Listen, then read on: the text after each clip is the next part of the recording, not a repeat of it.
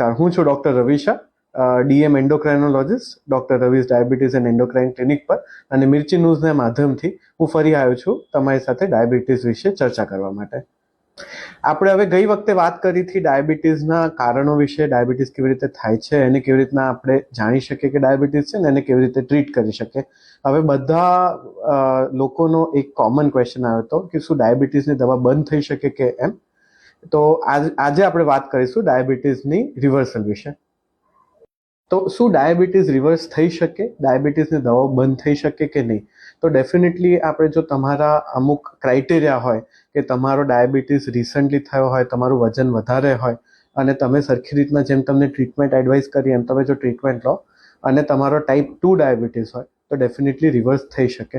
પણ આ જે રિવર્સલ વર્ડ છે, રિવર્સલ વર્ડ ખોટો છે, કારણ કે એનો મતલબ એવું થાય છે કે એક વખત તમને ડાયાબિટીસ હતો ને પરમનન્ટલી જતો રહ્યો છે, પણ એવું એકચ્યુઅલીમાં કદી પોસિબલ નથી હોતું. તો જો તમારું પાછું વજન વધી જાય અને તમને જે એક્સરસાઇઝ ને બધું જે કરવાનું કીધું હતું એ જો તમે કરવાનું બંધ કરી દો તો ડાયાબિટીસ તમને ફરી થઈ શકે. એના કારણે અમેરિકન ડાયાબિટીસ એસોસિએશને જે આ વસ્તુ જે ડાયાબિટીસની દવાઓ બંધ થઈ જાય એના માટે એક ટર્મિનોલોજી આપી છે જેનું નામ છે ડાયાબિટીસ રેમિશન. તો ડાયાબિટીસ રેમિશન થઈ શકે, ડાયાબિટીસ રિવર્સલ એ વર્ડ ખોટો છે ને એ કદી ના થઈ શકે. તો હવે શું દરેક ડાયાબિટીક ની દવાઓ બંધ થઈ શકે? તો એ એકચ્યુઅલીમાં પોસિબલ નથી.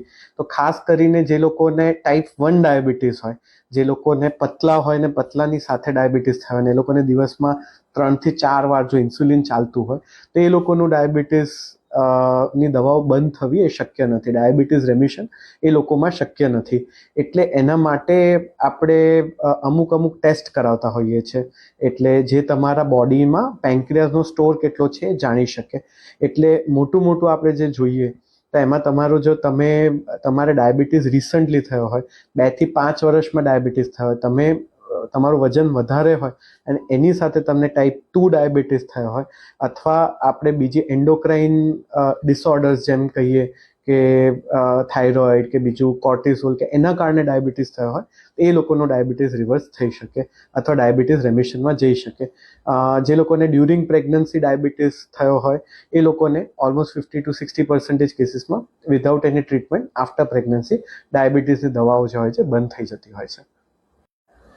તો હવે તમારે ડાયાબિટીસની દવાઓ બંધ કરવી હોય અને તમે એના ક્રાઇટેરિયા મીટ કરતા હો બંધ કરવાના, તો તમે કઈ રીતે કરી શકો? તો સૌથી પહેલાં તો આપણે એમાં સૌથી જે મોસ્ટ ઇમ્પોર્ટન્ટ વસ્તુ છે એ વેટ લોસ છે.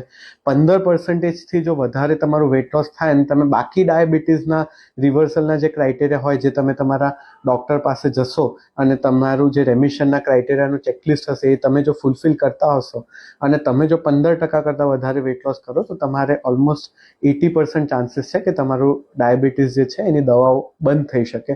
તો એના માટે સૌથી ઇમ્પોર્ટન્ટ હોય છે ડાયટ હોય છે. આપણે વર્લ્ડનો જે સૌથી મોટો ટ્રાયલ હતો ઓન ડાયાબિટીસ રેમિશન, એમાં એ લોકોએ લિક્વિડ ડાયટ આપીને ડાયાબિટીસનું રેમિશન કરાવડાવ્યું હતું. તો એમાં તમારે ખાસ કરીને કેલરીઝ, કાર્બોહાઈડ્રેટ કન્ટેનિંગ અને કેલરી ઓછુંવાળો ડાયટ ખાવાનો અને તમારે વેટ લોસ કરવાનો. જો એનાથી તમારું વેટ લોસ આપણે જેટલું એડિક્વેટ જોઈતું હોય એટલું ના થઈ શકે તો આપણે તમને એના રિલેટેડ દવાઓ આપી શકીએ. એ જે દવાઓ છે તે તમને વેટ લોસમાં હેલ્પ કરશે અને તમારું ડાયાબિટીસ કંટ્રોલ બી કરશે અને જો પોસિબલ હશે તો ડાયાબિટીસની દવાઓ બંધ બી કરાવશે. અને જો આ બંને પોસિબલ નહીં થાય તો લાસ્ટ આપણે સર્જરીનો ઓપ્શન હોય, પણ એ સર્જરીના પોતાના નુકસાન અને ફાયદા બંને છે. તો હવે ડાયાબિટીસ જો તમારી દવાઓ બંધ થાય તો આ વસ્તુ જે હોય પરમનન્ટ હોય કે ના હોય? તો એ પરમનન્ટ ના હોય. જો તમારું વજન પાછું વધે, તમે એક્સરસાઇઝ ને ડાયટ ફોલો કરવાનું બંધ કરો તો તમે જ્યાં હતા ત્યાં પાછા આવી જઈ શકો. અને જ્યારે દવાઓ બંધ થઈ હોય ત્યારે ડાયાબિટીસના રિલેટેડ કોમ્પ્લિકેશન્સ અને ડાયાબિટીસના અમુક ટેસ્ટ હોય એ કરાવતા રહેવા પડે. એટલા માટે જ ટર્મ રિવર્સલ છે ખોટી છે અને તમારે રેમિશન માટે જે ફોલોઅપ હોય એ ફોલોઅપ તમારે ડૉક્ટર પાસે કરતા રહેવું પડે. હવે આપણે નેક્સ્ટ એપિસોડમાં તમારા ડાયાબિટીસના જે બી ક્વેશ્ચન્સ હોય એને લઈશું. તો તમને કોઈ બી ડાયાબિટીસના વિશે પ્રશ્નો હોય, જે બી તમને કંઈ બી મને પૂછવું હોય તો ડેફિનેટલી કમેન્ટ સેક્શનમાં જણાવજો. Thank you.